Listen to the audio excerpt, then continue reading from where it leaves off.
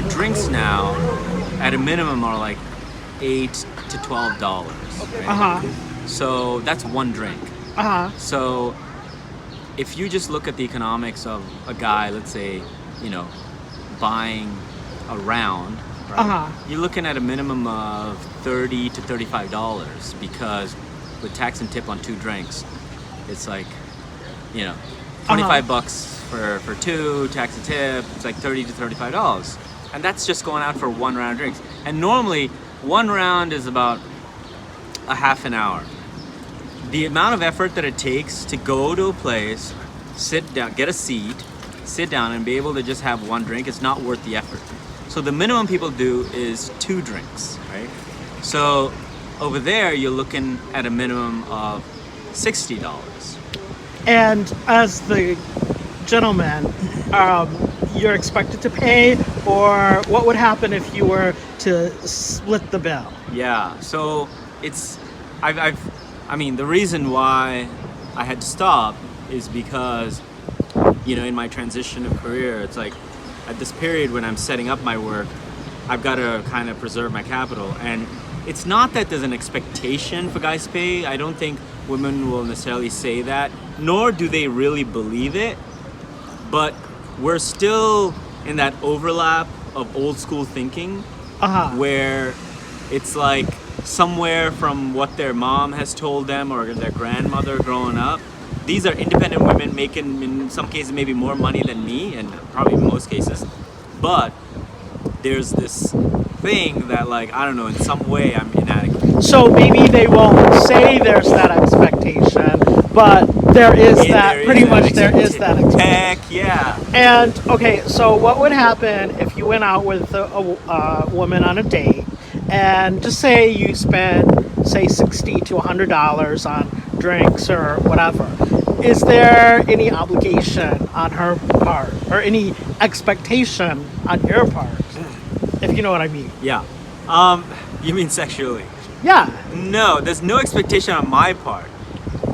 However, that's, I feel, where double standard comes in, because we're expected to go out on first date. And first date, like, everyone's taking the same chance, right? But there's this expectation that the guy pays for the evening. However, if a guy were to have some sort of expectation, and I don't know how many guys really do, it's like, oh, how could you have that expectation, blah, blah, blah, blah, like, what society are you living in? So I definitely feel like there's a double standard there. What's the average number of dates you would say you have to take a girl out in order to get any action? Let's just say it. Well, like one date, or is there more? So, or does it depend on like what you want to get out of it? If you're really into the person, or if it's just like a hit and run. Like give me the breakdown. Yeah, because I think the question is a little funny, because it doesn't take much if you just want to hook up. Everybody knows that, and it's much easier. In fact, there are much cheaper ways to just hook up than going on a few dates with somebody. Right? But like in my case, where I'm looking for someone who I potentially want to connect with over longer term, it's not about getting action, because in many ways, I don't know, that also varies, but it's really, what does it take to figure out what the other person is like and what can you get that there's potential there, not just for action, but for like a real relationship. For either. Like, if action is your focus, how long does it take to figure out whether there's potential for that? If it's long term that you're after, how long does it take before you figure that out? And that's where, I've had to pretty much break down my dates to almost like a science, because I'm like looking to figure that out sooner than because of the economics, or just purely because of the economics. Got it. And are most of the dates you go on, would you say, are they drink dates, or what about dinner?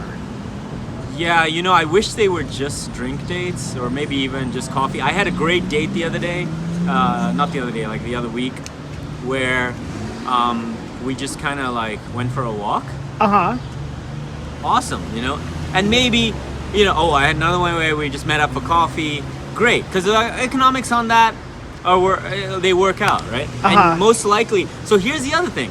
If you have a date where you go out in the evening, I feel that's where the women have a high expectation that you cover the got evening. it. But I meet the same person for like afternoon coffee or something, and like I feel the expectation changes.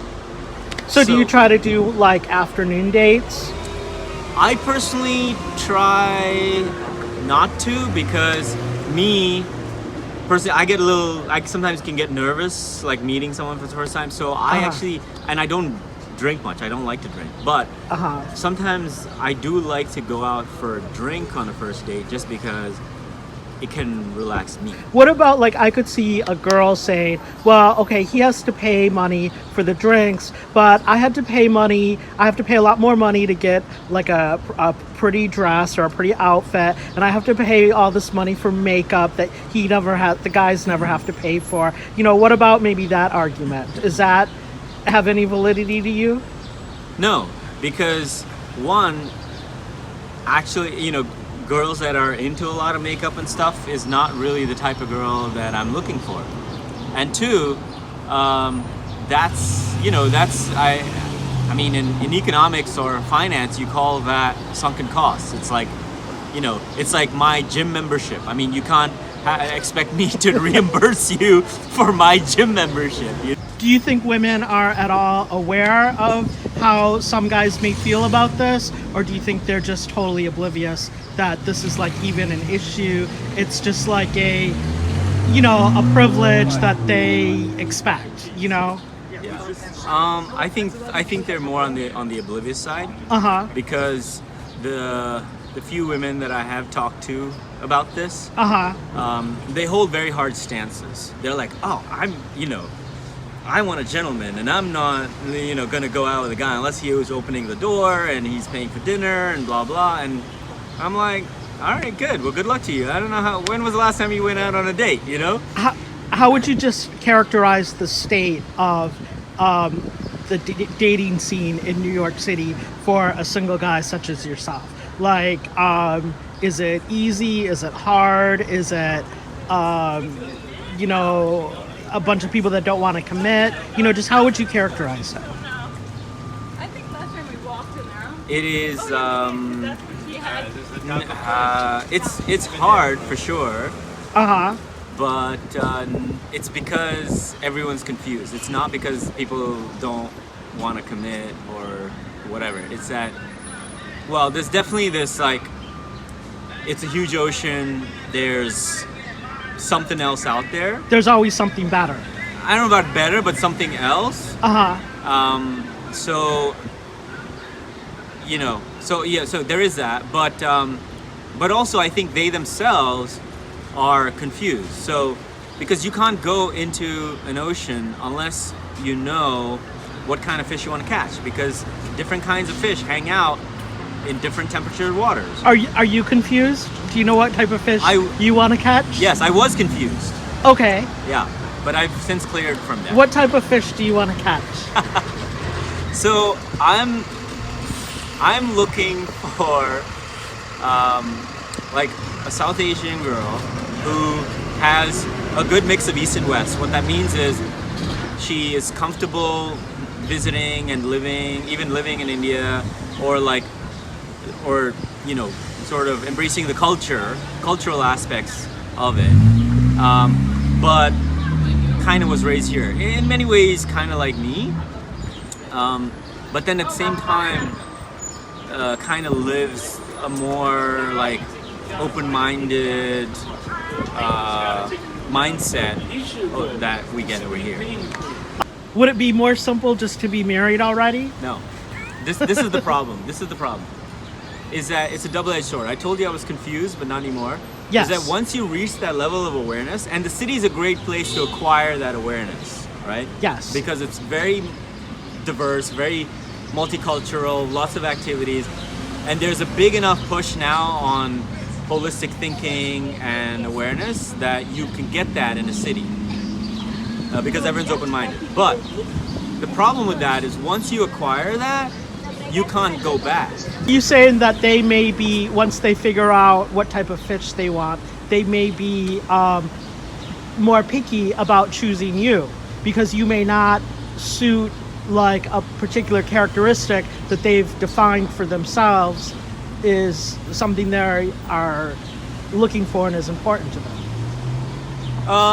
No, I think it's actually better to go that route. It's better to It's better define. to go that route because people in the ocean are already picky and choosy and like, oh, I don't like this about this person, I don't like that about that person. But that's where you're lost, right? Until you know who you are. And once you get that, then you get this like awareness of how you are, how you're similar, how you're different. And you're even able to recognize like your own faults where like, oh, I know I'm like kind of wishy-washy with picking on people's faults, therefore I'm gonna make an active effort to kind of retract from that, right? Yeah. And so if your awareness and go down that route, you are more willing to try new things that are within the scope of your goals. Do you want me to include a link to your email address in the description so that if there's anybody like that out there watching this, they could contact you? Sure. Are you open to that? Yeah, totally.